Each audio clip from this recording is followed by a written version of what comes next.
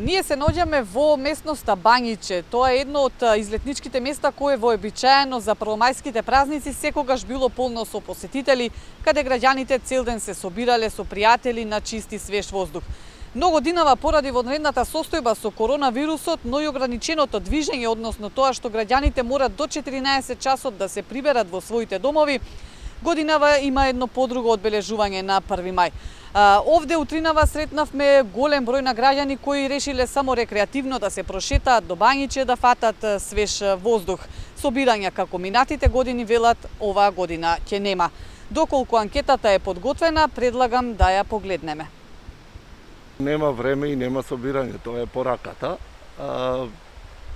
На некој начин и ќе ни остане запаметен денов како ваков, да го одбележуваме со маски и со некоја друга ситуација.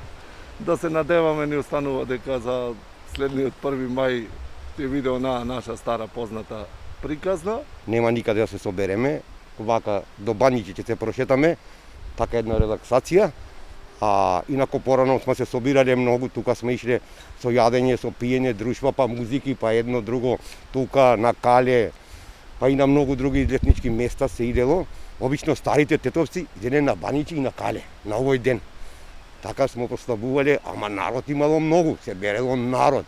Било веселби, било играња, било гора. Оваа година така ќе помине, меѓутоа Господ ќе даде убавини, па следната година сите дупло да го славиме.